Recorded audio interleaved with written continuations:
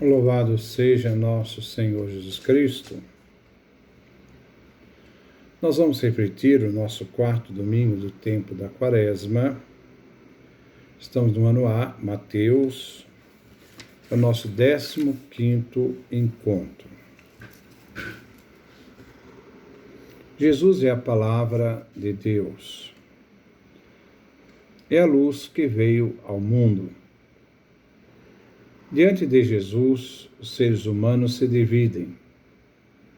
Afinal, ele veio como sinal de contradição, que será queda e elevação de muitos em Israel.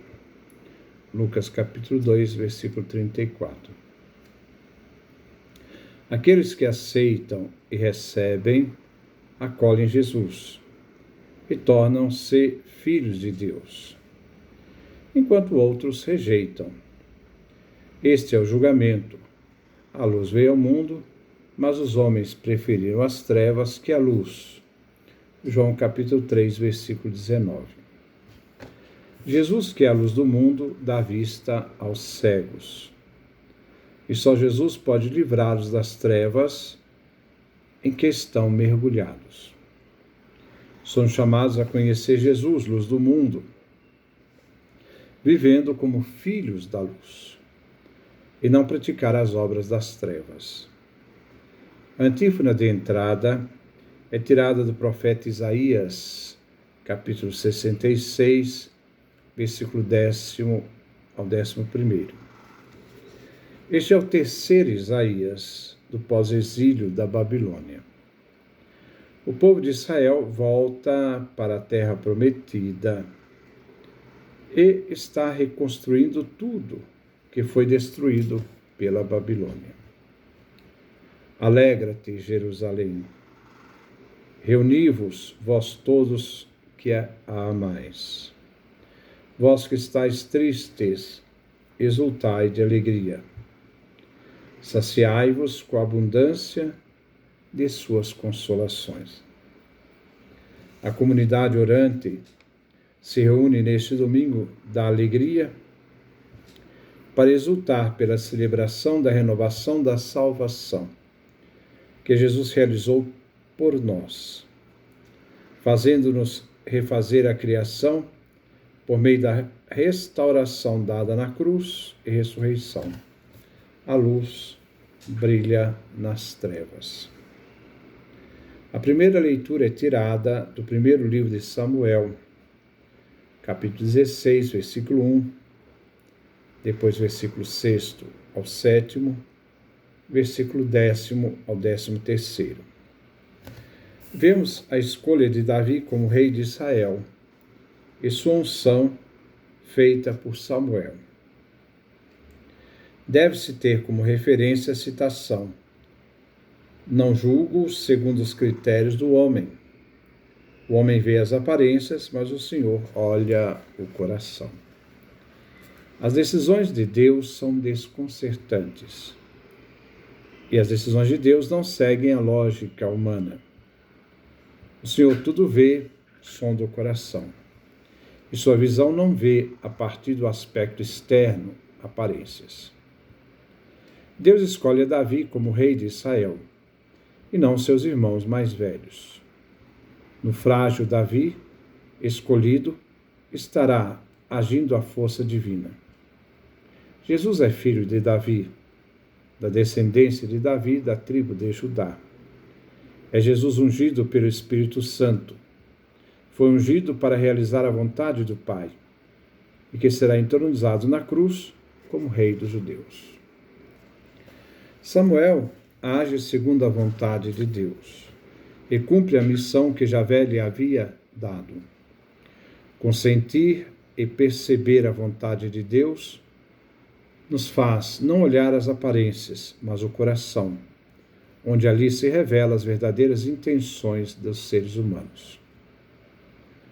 O salmo responsorial é o Salmo 22, Salmo 23. 22, versão grego-latina, 23, versão hebraica. O Senhor é o pastor que me conduz, não me falta coisa alguma. O pastoreio reflete a ação de Deus que conduz seu povo. Jesus é o Rei dos judeus, ungido com o Espírito Santo, e é o bom pastor que dá a vida pelas suas ovelhas. João capítulo 10, versículo 14. Diante do pastor Jesus, que nos redime e salva pela cruz, temos a vida eterna e, por isso, nada, nenhuma coisa pode nos faltar. Nele temos a plenitude da salvação. Este é um salmo do pós-exílio da Babilônia. Na primeira estrofe, vemos a imagem de Deus como pastor, que revela a proteção divina a seu povo. A imagem dos passos verdejantes e do descansar faz aqui lembrar o povo de Israel que, diante de tantas dificuldades do caminho de volta à terra prometida, fez seu povo retornar a essa terra. Deus fez esse povo retornar a essa terra, onde este povo encontra segurança e liberdade. O Senhor pastor reconduziu o seu povo com segurança à terra. A liberdade lembra a presença divina junto do seu povo. E a liberdade de poder estar na terra de Israel, restaurando as forças de um povo que no exílio fazia experiência da derrota. A segunda estrofe revela que o mesmo povo, envolto no vale tenebroso do exílio, guia agora Deus, seu povo, ao caminho seguro da liberdade. A confiança em Javé Deus sustenta o povo eleito, que, como pastor forte e presente, dá segurança a Israel. A terceira estrofe é a festa do retorno. A mesa preparada à vista do inimigo. Esse inimigo foi vencido pelos persas, isto é, os babilônios. O povo novamente se sente escolhido e ungido por Javé.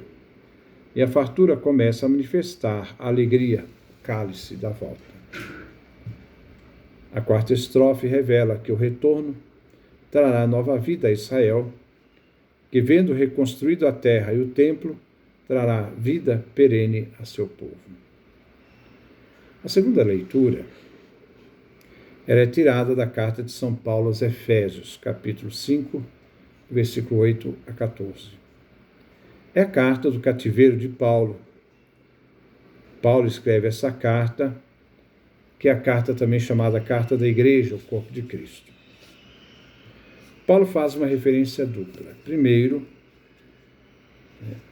Jesus, que com sua morte e ressurreição nos fez passar da morte à vida, das trevas à luz. Segundo, pelo batismo, participamos da morte de Cristo e sua vida e ressurreição. O argumento é temporal, então fala de outrora. Eres trevas, isto é, antes de Jesus morrer, vencer a morte e ressuscitar e nos dar a vida. Antes do nosso batismo, agora não somos trevas, somos luz do Senhor. Diante deste imperativo da graça recebida, vivei como filhos da luz, porque somos em Cristo e somos no batismo, fica para nós um grande desafio. Diante desse viver na luz, nos faz participar do fruto da luz, porque filhos da luz.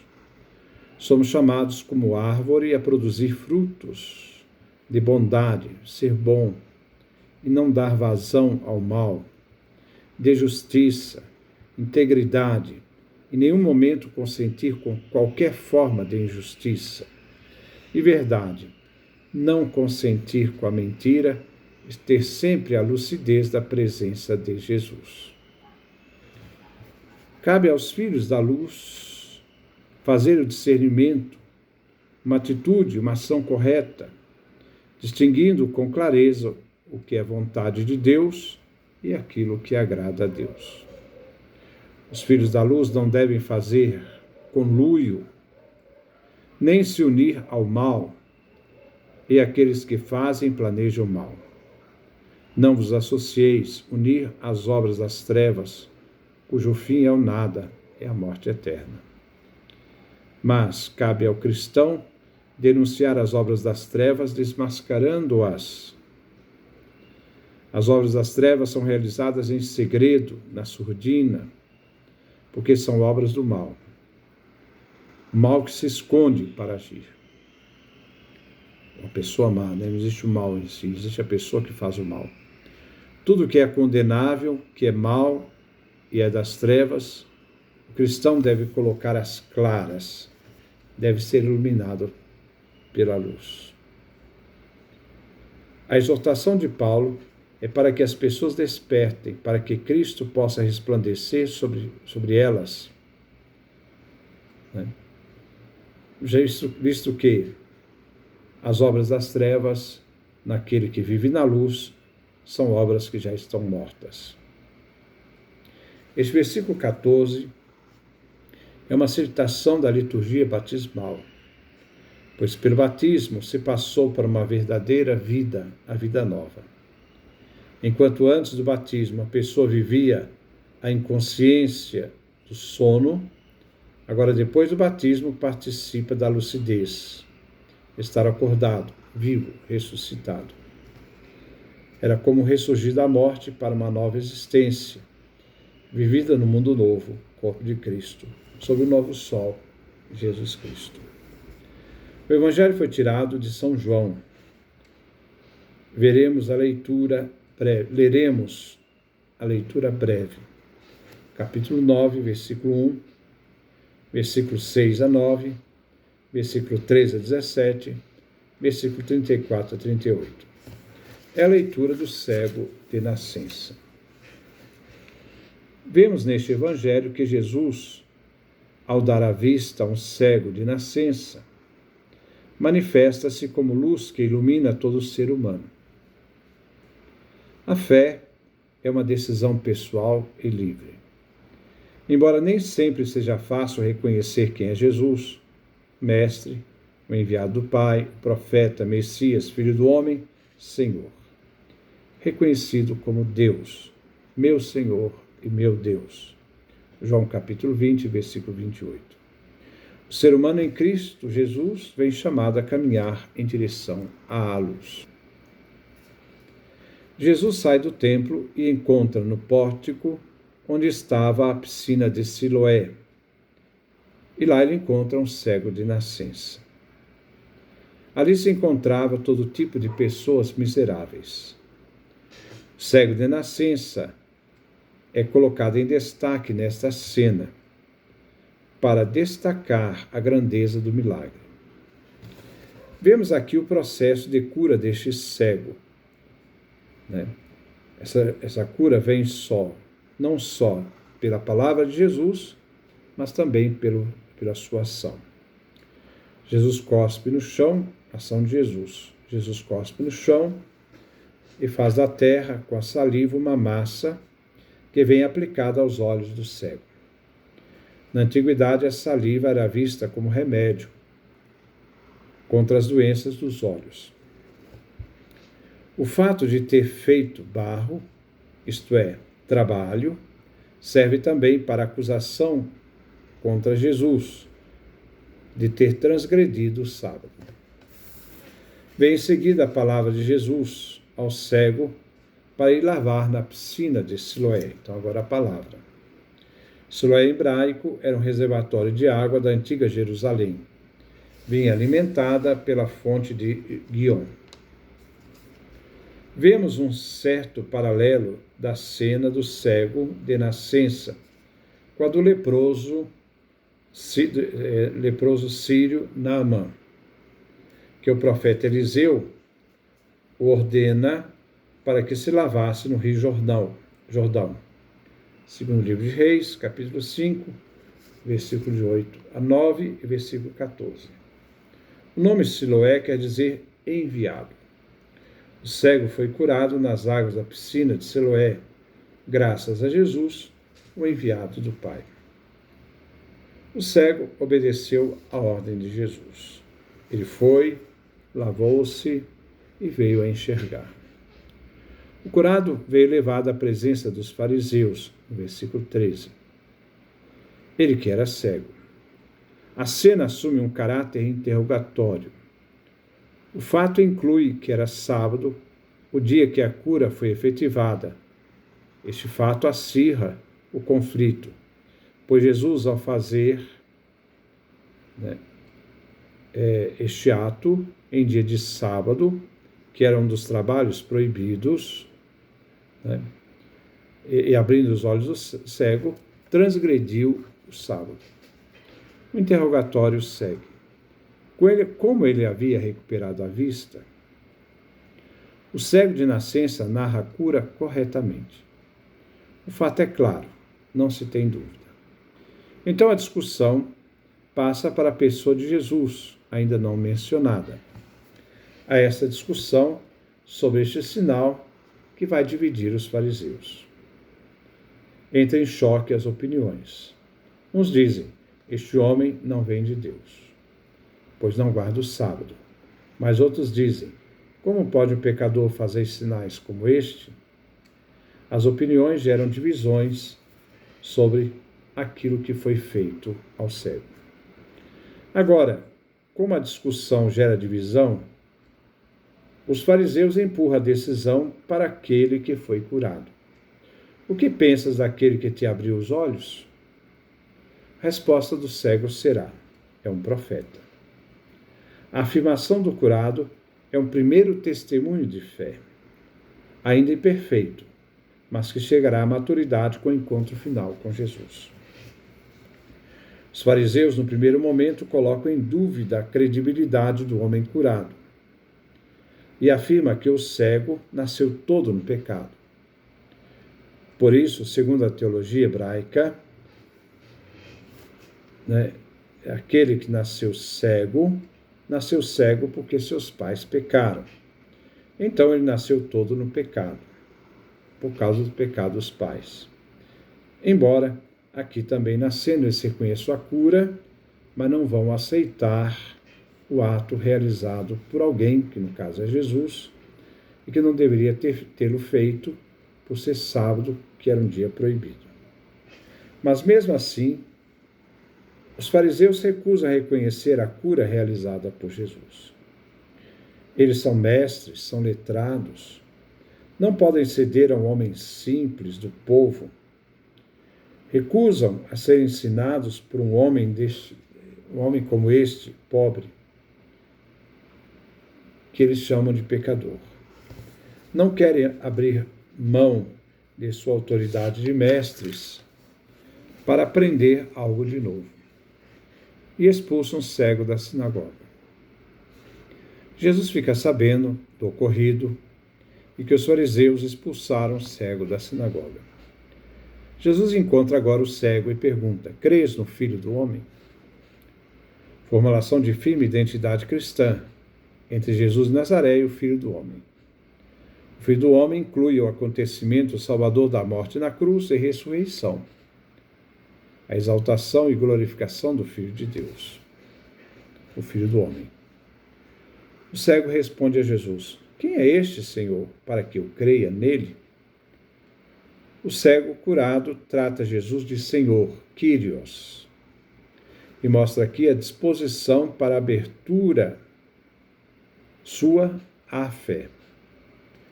Jesus se dá a conhecer, e agora ele está plenamente curado, pois vê Jesus e professa a fé nele.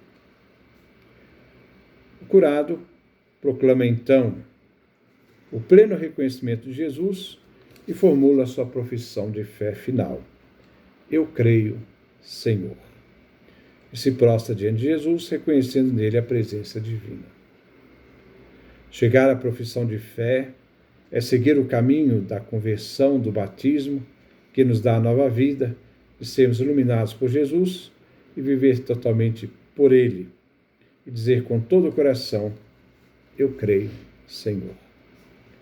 A antífona de comunhão é tirada do Evangelho de São João, capítulo 9, versículo 11. O Senhor ungiu os meus olhos, fui, lavei-me, comecei a ver e acreditei em Deus. A comunidade comungante é chamada a abrir os olhos com a presença de Jesus eucarístico e recebê-lo, tendo iluminado a vida do fiel que professa a fé quando comunga e diz: eu creio, Senhor. Abrir os olhos é reconhecer Jesus vivo no meio de nós, a partir do pão. Nisso os olhos dos discípulos se abriram e eles reconheceram Jesus no partir do pão. Lucas, capítulo 24, versículo 31. Então, que Deus nos dê a sua paz, a sua bênção, a sua graça, a sua bênção, que a sua face resplandeça sobre nós.